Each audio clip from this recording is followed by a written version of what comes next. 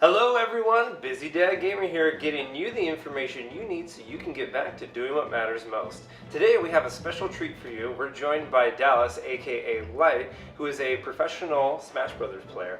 He's been in the competitive scene for how many years now? Almost 2 years at this point. Okay, and Dallas is going to be joining us, and we're going to be talking about competitive Smash play. So specifically the Melee scene.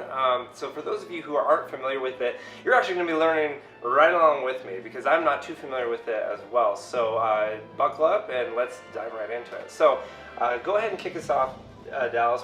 Just tell us a little bit about yourself and just kind of your experience and how you got into Melee. Okay. Well, for starters, my gamer tag is Light, and I got it because I'm a big fan of Death Note. Not so much the Netflix movie that just came out, but the anime. We'll talk about that. Yeah.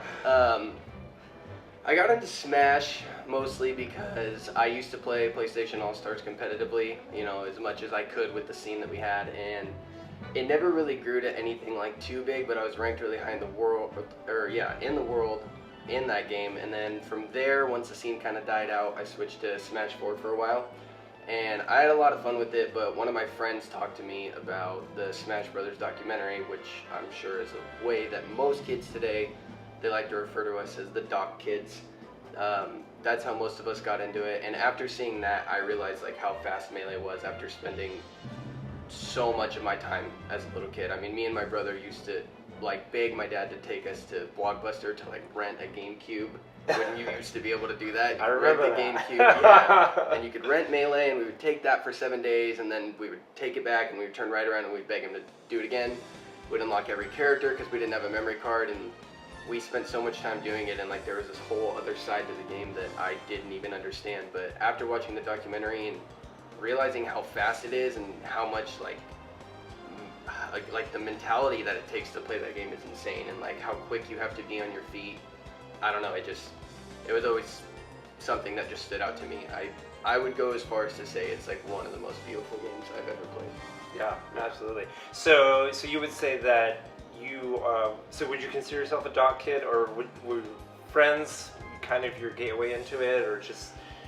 Yeah, I'd consider myself a Doc Kid. I don't think, even through my friends explaining it to me, what it was and what it could be, and all the potentials that were there through the minor things that most people don't know about, at least not the casual gamer knows about, I wouldn't have even thought twice about it. I would have just been it's just Smash Bros. At the end of the day, Brawl is better than Melee, and Smash 4 is better than Brawl because, it's an upgraded version with more characters. That's always what I thought, but I don't know, after playing it and really learning the ins and outs of Melee, there's nothing like it. Wow. Yeah. Okay, awesome. So walk me through this. So then when did you kind of discover yourself as a competitive player, or how did you transition into the competitive scene? Man, that's kind of tough. I would say I'd always consider myself a competitive person in any game. I have 4 brothers and I have 4 sisters, so growing up with them, everything that we did was competitive. Every game that we played, whether it was hide and seek or video game, board game, it didn't matter. It was always competitive. And my brother specifically, Anthony, he's my oldest brother, and me and him would just butt heads on everything. And I remember one of the things that really stood out when I was younger was he was really good at Super Mario World. As weird as that sounds, I swear that he could play that game blindfolded and he would still be able to beat it, and to this day. But as a kid, I always wanted to do it better, so I would do it one-handed and blindfolded. Yeah. So we would always kind of butt heads on that, and obviously growing up playing Melee together. But him and actually my stepbrother Kiba are both really into competitive gaming. Anthony always played League, and my stepbrother Kiba always played Street Fighter and Tekken growing up. And he always tried to teach us how to get into fighting games, but it never really clicked. And then, I don't know, when I started playing All-Stars, my stepbrother was the reason that I learned how to do it so well. I remember there was this one night where he saw someone online do something, and he was just oh, I didn't even know you could do that. And I was like, what are you talking about? And then when he explained it to me, I picked it up, and I kind of slowly built it from there. And then he ended up moving away, so he didn't play it as much, but I did what I did with All Stars, and I won a couple tournaments through that. I made decent amount of money playing All Stars. Honestly, I mean, whether it was just like them giving me PlayStation credit or them actually like sending me a cash prize or something, that was a lot of fun. And then I transferred all that to Smash 4, just using my knowledge and with everything that I learned from All Stars, because they're both platform fighters. At the end of the day, the neutral is, in a sense, the same. So I kind of just took all my competitive aspect from mostly my two brothers, I guess. Awesome. Yeah, and I can definitely identify with that because being the youngest of 7 kids, I have little brothers and we used to sit down and just pummel each other constantly in Smash Brothers. So Yeah. for me, it's very nostalgic. It's that feeling of getting together with family and friends and just having a good time together. Yeah, so absolutely. definitely deal with that.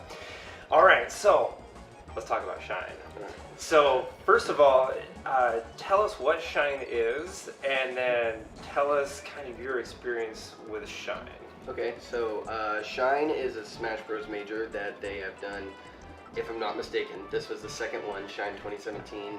It's in Boston, and for me, what I always like to do with a group of friends that I've met playing Smash Bros. And just some that actually, one of them, I consider him my coach. He's the one who got me into Melee and made me watch the doc. We try to go to one national a year, and so Shine was the one this year, and we just decided, like, why not? It's a good excuse to go to Boston. We thought it would be a lot of fun. We'd get to experience it, and like, plus we could travel to places like New York because it's so close. It would only take like maybe a full day. Shine from, man, I mean, speaking from personal experience, I obviously don't have as much as others, but it was one of the better ran tournaments that I've ever been to as far as like pools go. I mean, everything got done on time, which I can't always say happens, especially in like local scenes. It's very rare that a tournament runs on time, but I mean, you're watching these guys run a 2,000 man tournament in 2 days. It's like, it's incredible to watch. Wow. So are these people who run these tournaments, are they paid to do it, or are they just volunteers, or to your knowledge? To my knowledge, the majority of them are volunteers, and a lot of them are players and just people who are really passionate about the game, and like they love it just as much as I do, and as much as all these other hundreds of thousands of people that play Melee, and they're willing to give up their time and their honestly, like their tournament experience that, you know, they've spent a lot of money on to help the community further. Got it. So how many days did Shine last? It lasted a total of 3 days. So Friday they pretty much did all of doubles, if I remember, and then singles started on Saturday. Started like bright and early at 10 a.m. Thankfully, I had 4 p.m. pools. So you had to sleep in. Yeah, I was very excited about that because the time change was very hard to get used to. But yeah, it was a 3-day event, and like I said, everything from what I could tell, from my personal perspective, it ran really well. Awesome. So give us, for those of us who've never been to that tournament before, what was the general feeling? Like, where was it? What was the setup like? What was the atmosphere? What was the mood? Just kind of give us a feel of that. Well, comparing it to other things like EVO, and there's a big one here in California called Genesis. I've gone to Genesis 3 and Genesis 4. They were both smaller scale, not the tournament itself, but the rooms that we played in, I personally felt like were smaller scale. Genesis 4 was actually massive, but 3 and then EVO 2015, I believe, is when I went. We kind of get like pushed off into the side. I feel like Smash does because a lot of the fighting game community, I wouldn't say like discredits us, but they don't exactly look at it as your traditional fighter, because it's not like Street Fighter and Tekken and Mortal Kombat and all these other awesome games that have had the spotlight for years. So going to Shine, where it's like a Smash Bros focused event, it was awesome. I mean, it was a huge venue. It was inside of I believe it was called the Seaport Trade Center, if I remember right. And the people that were like hosting it and running it, I mean, it was really nice of them to give us that big room, because there was like a whole section dedicated to Melee, like an entire half of the room, and another half dedicated to Smash 4. But they were both like close enough to where they could coexist for the people that play both and the people that have a friend playing the other. It was really cool to see like how close like we all were, but we still had like our personal space if we needed to. That's awesome. So you mentioned Smash 4 and Melee. Were those the two games featured at Shine? Okay. And you personally only did Melee? Yeah, I only did Melee. Only did Melee.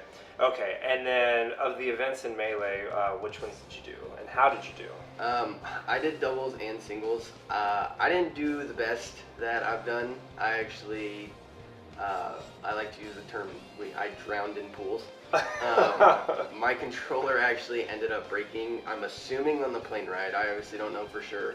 Everything was working fine when I was playing at home. I was practicing like pretty much every day leading up to it for about 2 weeks, and then when I got there, my controller just couldn't dash to the left, and that's a big deal. Yeah, yeah, definitely. So being the smart person I am, I did not bring a spare controller because I did not think anything would go wrong. I tried to use my friends later on in the day for doubles, and it just wasn't the same.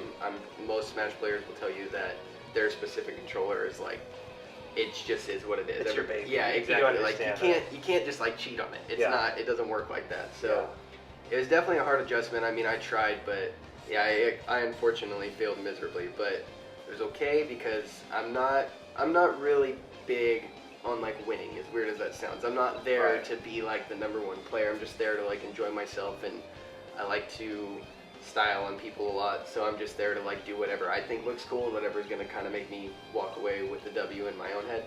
So I mean, it was a good experience for me. That's awesome. Do you think you'll go next year? I don't. And the only reason is because I would rather focus on going to a different national to get a better experience. I'm kind of thinking about going to Super Smash Con next year, but there's a small chance, it's not for sure yet, but there's one that takes place actually in Sweden called Air. Oh. And if I can somehow afford it, I would love to go there. I mean, it would be an amazing reason to go to Sweden and have a good time, so... Yeah, get your visa, you know? Exactly. I don't really know where Super Smash Con's located, if I'm being honest. I've seen it in the East Coast, right? Yeah, I believe it is. Somewhere in the East Coast. We'll look into that. But yeah, I think Super Smash Con would be really good. Yeah. A lot of people have told me that it's amazing. Everybody Didn't says Nairo win this year? I want to say Nairo. In Smash 4? For Smash 4. Yeah, I think he did. I'm pretty certain. I'm pretty sure too. But yeah, everybody tells me that it's like if Comic-Con was just dedicated to Smash Bros, and like that sounds like fun to me. Yeah. So Dallas, people who are interested in getting into the competitive Smash Brothers scene, what advice would you give them, either Melee or Smash 4? Oh man, either one, honestly. Like, the most important thing, as generic as it's gonna sound, just have fun with it. Like, do what you want, do what you love, because like, the best way I could explain it that is like, if a video game can like get someone as quite frankly lazy as me to get up and travel to the other side of the US, then I mean, it can do anything for anybody. These people make, you know, tens of thousands, hundreds of thousands of dollars to play this game, and it's like, there's no reason you shouldn't play as long as you're enjoying it. If you're not enjoying it anymore, if it makes you too angry, if you're getting a little too serious, like just when you're playing with your friends, like maybe it's not for you, like the competitive life, but definitely just jump in. I mean, for Smash 4, I think you have all the time in the world. The game's still so fresh, and like, you know, there's people like Zero and Nairo and MK Leo who, you know, you think like are running these tournaments, and like maybe they are right now, but there's so much fresh blood every day. Like, I can't tell you, speaking as a Melee player who's only been playing it for 2 years, I've played people who have been playing the game for the full 15 years, and like, I beat them, and they're like, you know, where did this kid come from? And it's funny to see, for me personally, because like, they've put so much time into this game, and it's not to say that they're bad, it's just like, the meta is always changing. Everything about the game is constantly changing. You can always invent something new, and the best part about any Smash Bros game is that it's such a good creative outlet. Like, I couldn't even begin to explain to you how many numbers of combos I've thought of alone in Melee, and honestly, even in Smash 4 when I used to play it, it's endless. Alright, so final question. Fox or Falco? Go. I'd personally say Falco. Fox is... I use Fox when I need to because there are certain matchups. I get a lot of heat for saying that Marth Falco is 80-20 in Marth's favor. Most people don't agree with that, but I mean, I'll be the first person to tell you that once you get Falco off stage, he's the worst character in the game. But I'll still pick Falco, tried and true, because in my opinion, he's more stylish. I can have way more fun playing with him.